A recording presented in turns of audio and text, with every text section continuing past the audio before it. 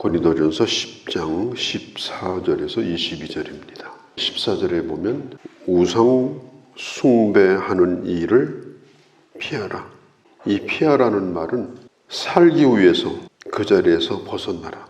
접촉하지 말라. 위험에서 벗어나라. 그런 뜻입니다.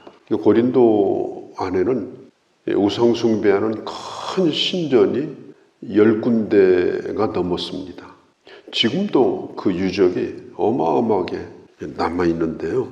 그러다 보니까 이 우상 숭배라고 하는 것이 고린도 사람들이 다 참여하는 그냥 일반 행사, 그냥 문화 행사, 일상화되어 있는 그런 일이 된 것입니다. 이것은 고린도 교회에게는 아주 심각한 문제예요. 하나님의 떡을 떼며 교제하는 공동체인데 우상을 숭배하는 우상 예배에 참석해가지고 거기에 있고 그리고 그 음식을 나눠 먹는 것, 이것은 하나님과 귀신을 겸하여 섬기는 일인데 그것은 하나님을 떠난 행위가 되는 것이다. 우리나라도 마찬가지 아닙니까? 제사 지내는 것이 문화화됐어요. 또 산소에 가서 절하고 아버지 이름 부르고 엄마 이름 부르고 그냥 그게 문화화됐습니다. 그게 어머니 보고 싶어서 하는 거고 아버지 보고 싶어서 하는 거고 그런 일이라 할지라도 거기에 죽은 아버지가 있는 것도 아니고 죽은 어머니가 있는 것도 아니고 그러면 그 모든 일들 속에는 뭐가 있느냐? 바로 귀신이 있습니다. 그 사람을 그렇게 하도록 계속해서 붙들고 있는 악한 영이 바로 귀신의 영입니다. 그것은 문화가 아닙니다. 그것은 미풍양속이 아닙니다. 거기다 술 놓고 술 따라 놓고 그리고 앉아서 술 한잔 마시고 그것은 착한 일이 아니라 귀신을 섬기는 우상숭배예요. 지금 이 고린도 교회도 마찬가지예요. 사람들이 그 우상 신전에서 행사하면 어른부터 애들까지 다 가서 거기서 참여하고 그리고 거기에서 부르는 노래를 부르고 거기서 추는 춤을 추고 거기서 나눠주는 음식을 먹고 그게 그 도시의 행사가 되고 문화가 되고 그런 상황 가운데에서 예수 믿는 사람도 이건 뭐 옛날부터 해오던 거고 그냥 재밌는 일인데 이거 별거 아니야 이렇게 하면 안 된다. 그래서 14절에 피하라. 거기 있지 말라. 중요한 건 뭐냐면 시장에서 갖다 파는 음식을 묻지 않고 먹고 그것이 우상제물이든 아니든 귀신이 묻어있는 거 아니니까 그걸 먹는 건 우리의 자유고 우리가 가지고 있는 신앙입니다. 그러나 거기에 직접 가가지고 거기에 참여하고 거기 가서 절을 하고 그리고 거기 가서 둘러앉아서 먹고 이렇게 하는 것은 이건 분명한 우상 숭배이다. 사도 바울이 고린도전서 8장과 9장에서 이 우상에게 드려졌던 제사 음식을 그냥 시장에서 떠돌아다니니까 그걸 묻지 않고 먹고 또 안다 하더라도 그게 별거 아니니까 그냥 자유롭게 먹을 수 있는 것과 거기에 가서 그걸 참여하고 그 행위에 같이 동참하고 그걸 나눠 먹는 것과는 그건 분명히 다른 것이다. 그것은 우상 숭배에 해당되는 것이다. 이렇게 바울이 분명하게 이걸 분리해 가지고 여기 얘기를 하고 있고 그리고 15절에 보면 지혜 있는 자는 이걸 스스로 판단해야 된다. 제사 음식을 먹는 것 이건 자유에 해당되는 것이지만 내 스스로가 의지를 가지고 거기에 가서 앉아있고 그리고 그 행위에 참여하고 그리고 그들과 함께 둘러앉아서 먹는 것은 우상숭배다. 이걸 잘 판단하고 지혜롭게 생각을 해야 된다. 지금 바울이 분명하게 이걸 지금 얘기하고 있는 거예요. 그런 자리는 피하라. 그래서 14절에 피하라는 말이 나와요. 우상숭배 자체를 피하는 일은 그 장소에서 피하는 거예요. 거기에 있지 않는 거예요. 그래서 이런 부분에 지혜가 필요합니다. 이런 바른 판단이 필요한 거예요. 우리가 민수기서에 보면은 32장 또 출애굽기도 나와 있어요. 이스라엘 백성들이 이제 우상을 만드는데 그걸 금으로 만들어 놓고 그것을 하나님이라고 생각을 했어요. 그게 하나님이건 귀신이건 뭘 만들어 놓고서 금을 갖다 씌우고 인간의 어떤 감각을 가지고 그걸 느끼게 만들고 그것이 아무리 허상이고 아무것도 아니랄지라도 그것은 영이신 하나님을 보이는 물질로 바꿔놓기 때문에 그것은 결국 우상숭배에 해당이 되는 것이다. 성경은 분명히 그걸 얘기하고 있습니다.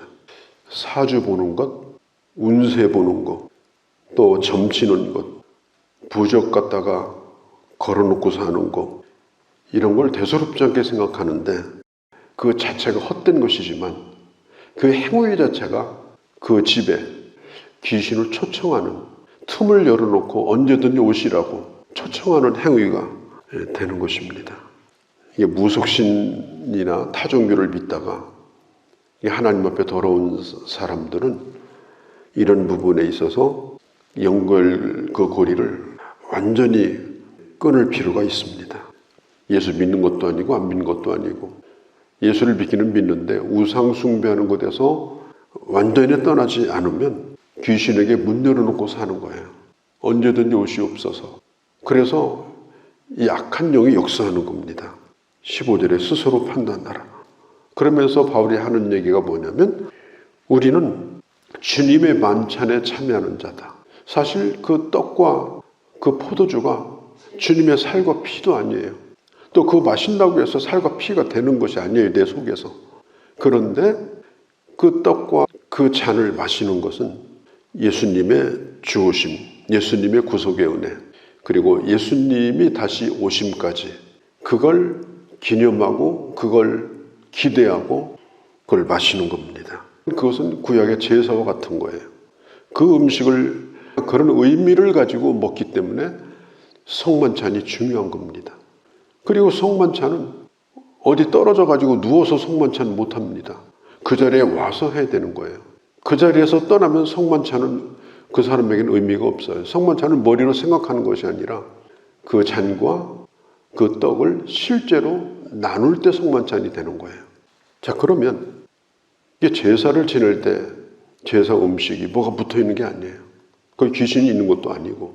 그러나 중요한 것은 격식을 갖추고 음식의 자리를 다 정해놓고 순서도 다 정해놓고 그리고 아주 경건하게 축문도 읽고 축복해달라고 글씨도 써서 읽고 그렇게 하는 격식을 갖추는 건 그 음식이 아무것도 아니라더라도 그런 의미를 가지고 그 음식을 가지고 그 행사를 하면 그게 바로 우상숭배가 되는 거예요.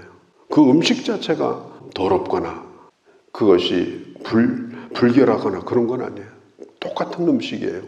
그렇지만 그런 의미를 가지고 먹고 마시는 것이 우상숭배가 되는 겁니다. 어떤 의미를 가지고 먹고 마시느냐, 이게 중요한 거예요. 그런 의미를 갖고 공동체가 먹고 마시기 때문에 그게 성만찬이 되는 것처럼 세상의 우상숭배도 마찬가지입니다. 헛겁니다. 다 부질없는 일입니다. 그러나 그 사람은 그렇다고 믿고 그렇게 하면 우상숭배가 되는 거예요. 그냥 먹는 것하고 틀린 거예요.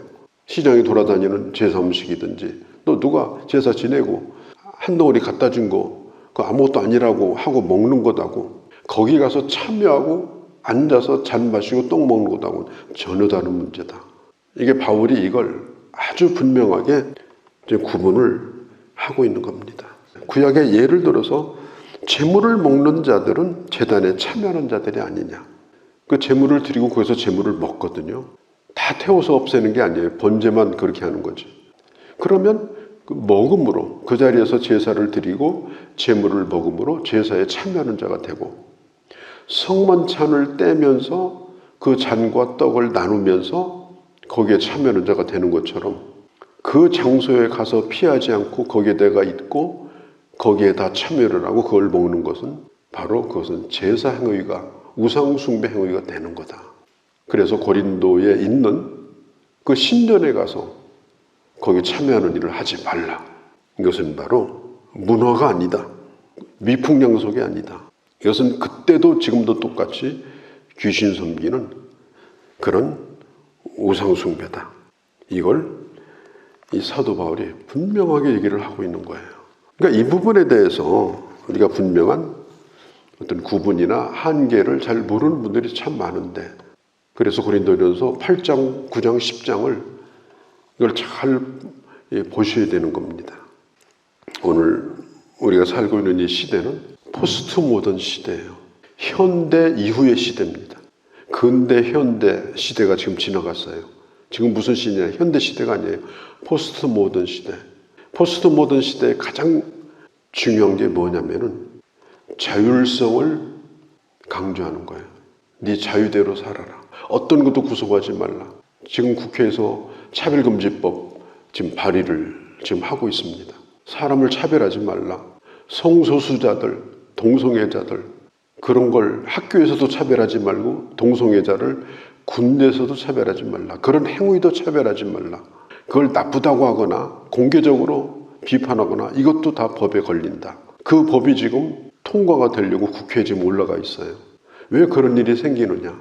그게 나쁜 일이라 할지라도 그 사람에게 해로운 일이라 할지라도 그 일을 함으로 바로 옆에 사람에게 어떤 피해가 주지 않는다면 그 일은 그 사람의 자유에 해당된 거니까 그걸 막지도 말고 그런 사람을 차별하지도 말라. 이게 차별금지법이에요. 종교도 차별하지 말라. 앞으로 이제 교회에서 이 타종교에 대한 얘기라든지 전도할 때 그런 얘기를 하면 다 걸립니다. 유치원서부터 대학교까지 이제는 예수 그리스도의 유일성에 대하여 복음의 유일성에 대하여 설교를 할 수 없는 때도 올 수가 있어요. 그게 지금 포스트 모던 시대의 특징이에요. 그래서 오늘날 사람들이 그런 교육을 받기 때문에 오직 예수 전당 이런 얘기가 씨가 먹히는 거예요. 지금 이 시대 자체가. 전도가 지금 어려워지고 있는 겁니다. 그래서 뭐든지 자유대로 해라. 그건 그 사람의 개인 취향의 문제고 문화의 문제다.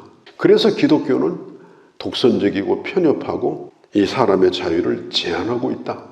그런데 매이지 말자. 그래서 지금 그런 풍조에 젖어 있는 젊은이들이나 그런 흐름들이 이 복음을 전하는데 아주 심각한 지금 문제를 가져오고 있는 게 지금 우리 현실이에요. 앞으로는 더 할 겁니다. 이런 시대에 교회가 어떻게 복음을 전해야 되는가 구체적으로 설명하고 구체적인 인격적인 관계를 갖고 그가 예수 그리스도를 분명하게 알고 그리고 주님을 믿도록 하지 않으면 이건 문화의 문제니까 이게 뭐가 문제가 되냐? 그러면 그건 정말 귀신에게 안문대문 다 열어놓고요. 그렇게 살아가는 거예요. 심각한 문제입니다, 이게. 그래서 오늘 14절 말씀 피하라. 이 말을 우리가 기억해야 됩니다. 피하라. 그 다음 마지막 절에 보면 주가 우리를 노여하시겠느냐? 이 노여한다는 말은 질투한다는 뜻이에요. 하나님을 놔두고 우상숭배해요. 거기 앉아서 먹고 앉아 있어요. 오늘은 성찬 시간이 내일은 거기 가서 그렇게 하고 있어요. 그러면 하나님이 그건 네 자유다 그러겠어요? 하나님이 질투하시는 거예요. 그냥 하나님이 노여워하시는 거예요. 우리가 만일 하나님의 질투를 불러일으킨다면 하나님의 질투를 우리가 극복할 수 있는가? 절대로 극복할 수 없습니다. 필연적으로 하나님의 심판이 올 겁니다. 막을 수가 없습니다. 22절 끝에 뭐라고 그래요? 우리가 주님보다 강하냐? 하나님을 그렇게 대접해놓고 우상숭배를 해놓고 하나님 앞에 와서 하나님 복 주세요. 은혜 주세요. 그러면 어떻게 하나님이 그런 사람을 은혜를 주시냐? 그에게 기다리고 있는 것은 하나님의 심판밖에 없다. 그게 22절이에요. 우상숭배가 얼마나 심각한가. 하나님으로부터 떠나는 것일 뿐 아니라 하나님의 무서운 심판이 있는 것이 바로 우상숭배입니다. 그러나 한 하나님을 온전히 섬기며 주를 온전히 예배하며 주님만을 구하고 주님만을 믿는 사람, 바로 이 사람이 하나님의 복을 받는 은혜의 사람이다. 우리 다시 한번 깊이 확인하고 나와 내 집은 주님만을 섬기리라. 이것이 우리 고백이 되어지기를 바랍니다. 거룩하신 우리 아버지, 우상숭배하는 일을 피하라. 왜냐하면 너희는 하나님의 몸된 교회에 나와 주님의 떡과 주님의 잔을 마시고 주님의 제단에 참여한 자이기에 하나님과 귀신을 함께 섬길 수 없는 자이고 그리고 겸하여 섬긴다면 하나님의 진노를 피할 수 없을 것이라고 분명히 말씀하고 있습니다. 아버지, 오로지 주님으로부터만 도움을 받고 오로지 주님께만 기도하고 오로지 주님만을 예배하고 그리고 하나님께만 영광을 돌리는 그리고 하나님으로부터 받는 은총과 복을 대대에 누리는 저희가 되게 하여 주옵소서. 우리 주 예수님의 이름으로 기도하옵나이다. 아멘.